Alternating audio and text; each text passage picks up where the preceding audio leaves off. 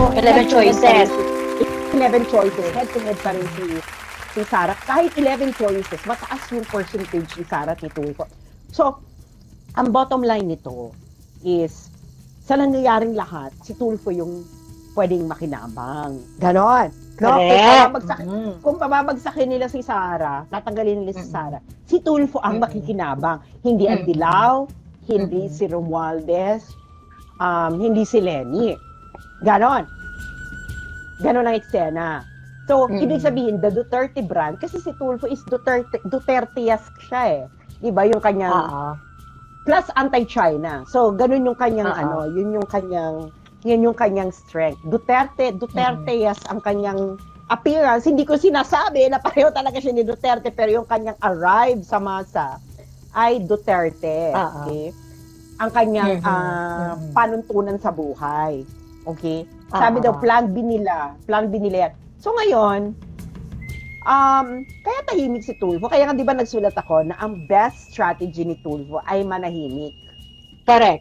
Okay? So basically, yun ang kanyang ginagawa. Ngayon, ang tanong is, baka kaya sinasama si Erwin? Yes! Sa lahat na exercise ng oversight function, no? Ay, girl! Sa mga nandyan sa Pilipinas, pinapanawagan ko po sa inyo na gawin nyo po itong raw coconut latte. Ang sarap, girl. Coconut latte? Dahil yung sugar niya coconut? Coconut siya, raw coconut latte.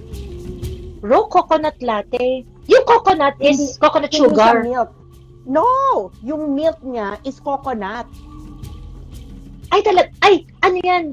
At tawag dito, maganda yan, kasi super healthy, ano siya, laxative. Yes! So, yun ang gawin nyo, guys. Raw coconut latte. Ang sarap! Diyos ko, dahil nung una ko natikman, parang, shit, ayoko na mag-finger. Ayoko na mag-finger ever. So, anyway, so, ito na. So, ngayon, baka kaya sinasama si Erwin. Diba? So, ngayon, kasi nga, kung nakakatanggap ako, katulad ng sinasabi ko, itong survey firm na ito ay, sabi, Ginataang Coffee. Iba po yung gata. Ang gata po yan ay galing yan sa old coconut. Ano ba? Oo. Raw. Yung kakapiga pa lang. Yung kakang gata. Ayan. Yung piniga pa lang, hindi mo pa niluto. So, ngayon, ang eksena of the day, kaya ba kasi nasama si Erwin Tulfo parati? Kasi nga, itong survey firm na to, as usual, sinabi ko sa iyo, biological woman, ito ang ginagamit ng mga politiko kung gusto nila ng honesty is the best policy ng kalagayan nila. So malamang, nakakatanggap nito si Martin. Katulad na sinabi ko, ewan ko kung ba't ako pinapadala nito nung may-ari nung survey firm, baka may gusto sa akin. Alam niyo naman, no? Pussy power. Anyway, so ganun ang eksena. Baka kaya parating sinasama si Erwin sa mga oversight. Kasi nga, si Tulfo ang best chance nila. Correct. So basically, they want to rub in the Tulfo vibe with Martin. At para magawa nila yan, kailangan yung mga supporters si Tulfo na hindi iboboto si Sarah, dapat yun ang kanilang matarget. Nagigets mo ba? Kasi correct.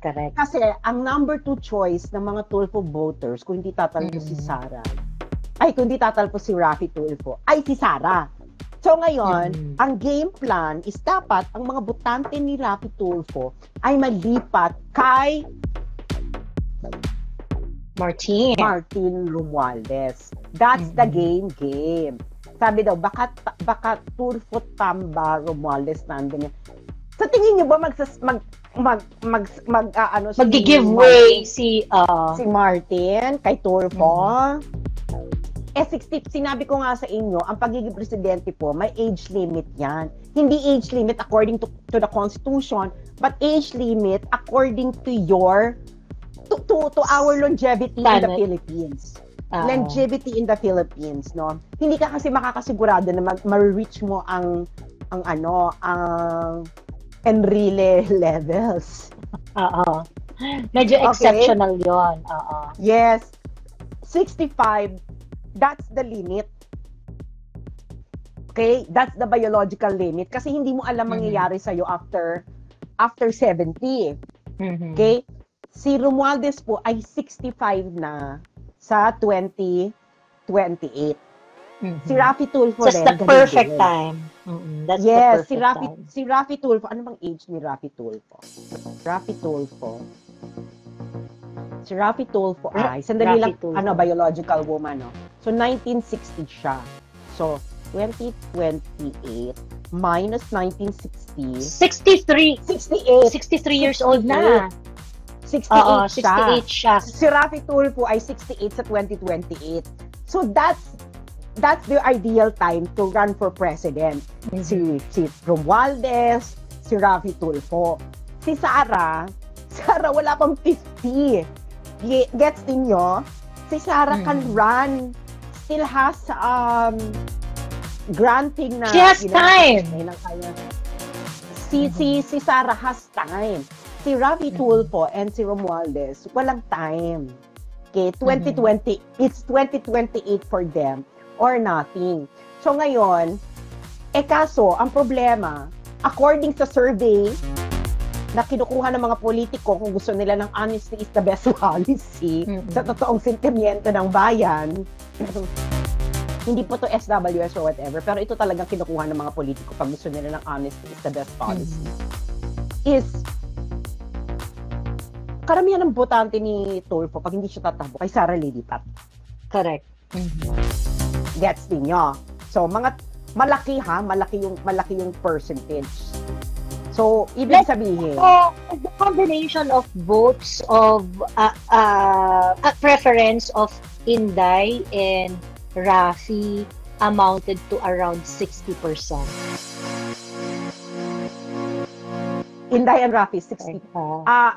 Girl, 60. Kung ano yung botante ni Sara. Okay. Nung 2022. Nagigets nyo ba mga mga friends? Nagigets nyo ngayon kung bakit ganyan na ang galawan. Kasi nga, sabi ko sa inyo, ito ang kinukuha ng mga politiko kung gusto nila ng honesty. Actually, combination of their votes, sandali, titingnan ko yung exacto kung ilan yung lilipat. Okay.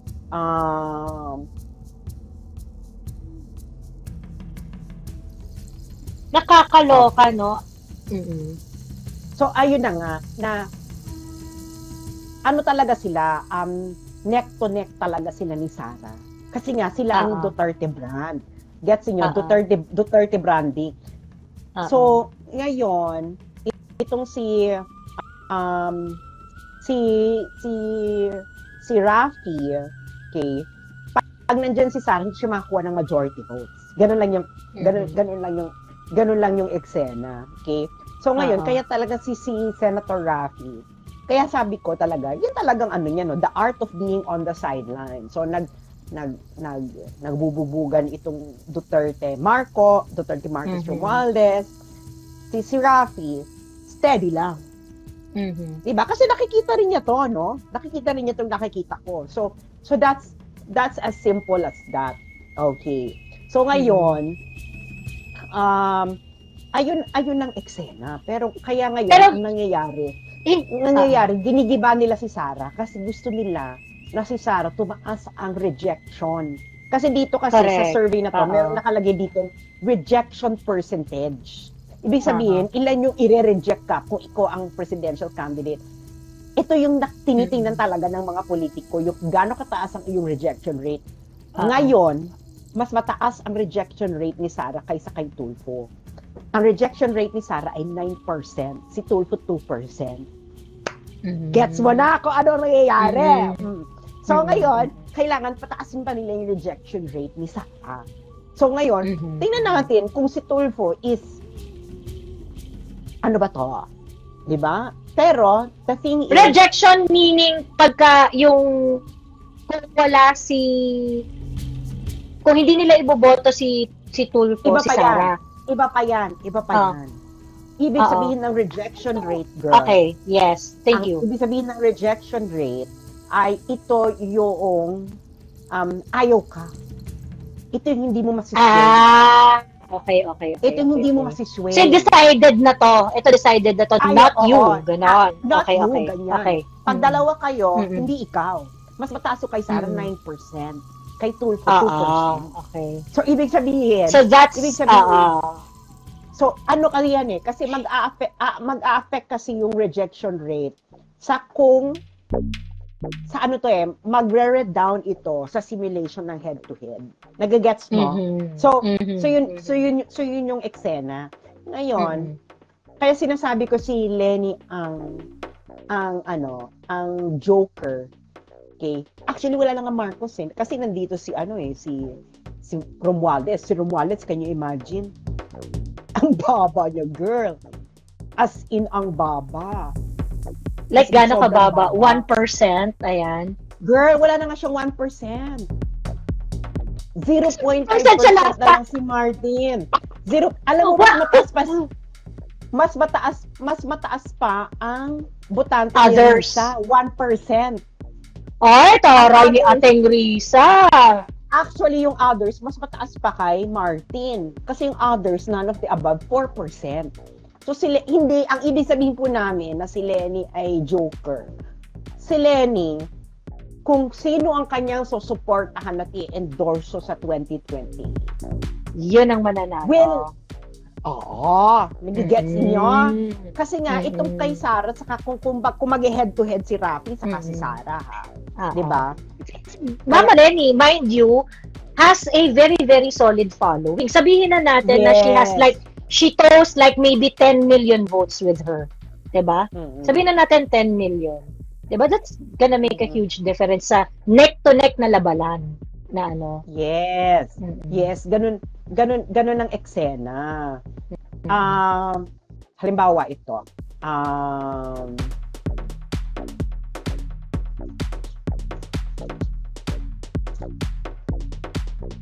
Mataas kasi ang pagiging rank number 2 ngayon ni. Halimbawa, across the board, mataas ang pagiging second preferred candidate ni Tulfo kung hindi tumakbo yung kanilang first choice. Nagigets mo? So ngayon, talagang, kaya nga, yung rejection rate yung tinitingnan dito.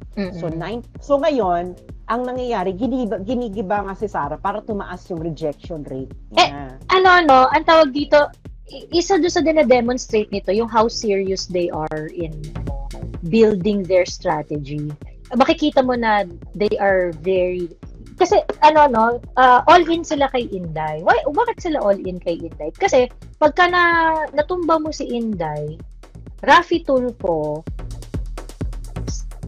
without doing any remember may mga cases si Rafi Tulfo that may cause disqualification. Pero ngayon hindi siya pinapaingay. Hindi pa siya hindi pa siya kasi kasi wala pa siya. Hindi pa siya. Okay. Tahimik siya. Okay. Parang Mark Villar, tahimik lang, 'di ba? Yes. Ngayon, ang nangyayari kasi ngayon dito, kasi itong sinasabi kasi dito, maganda kasi sa survey dito, ilan dito yung solid sa'yo. Gets mo? Ngayon, kung si Rafi sa si Sara, meron silang solid at malapit yung mga solid supporters nila at pantay. Gets mo? So ngayon, magkakaanuhan dito doon sa swing voters na tinatawag. Nagigets mo? Swing voters from the other candidates. So ngayon, si Lenny kasi, ang solid niya dito, ang maganda kasi kay Sara, ito ang maganda kasi kay Sara, ano ba yung SLP? What is SLP? Ang Mindanao kasi solid Duterte. Solid Duterte. Pero NCR, NCL, ano yung SLB? Luzon Balance. Ano to? Luzon Balance yan, no? SLB. South Luzon? Oo, parang South Luzon Balance ata yung uh-huh. SLB. Okay.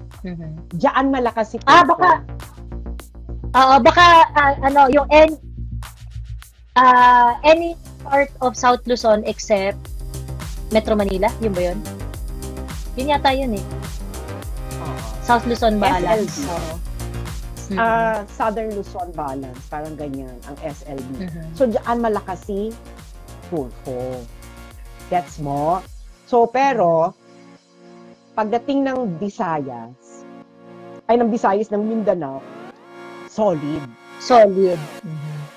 Solid Duterte.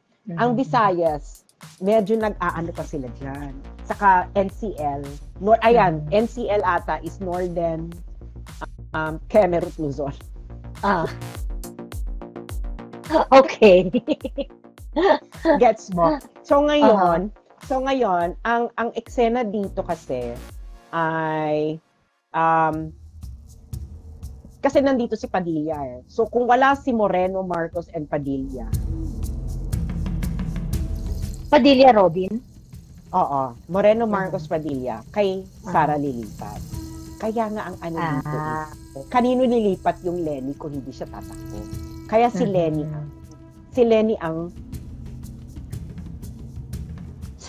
ano? Ang Joker. Ang Joker. Gets mo? Si Lenny ang Joker, siya ang barya sa wallet na hindi tinatanggal. Oo. Ngayon, ngayon ang tanong kay Senator Raffy, tatakbo ba siya? Kasi pag tumakbo siya, given this figure, mananalo siya. May chance na manalo siya. May chance na manalo siya, pero para manalo siya, dapat sustain ang pangwasak sa Duterte. Okay. So may tanong si Cherry, magandang segue ito. Narinig niyo ba ang bombing sa MSU Marawi? Yes. Cherry, kung tinitingnan mo ang aking wall,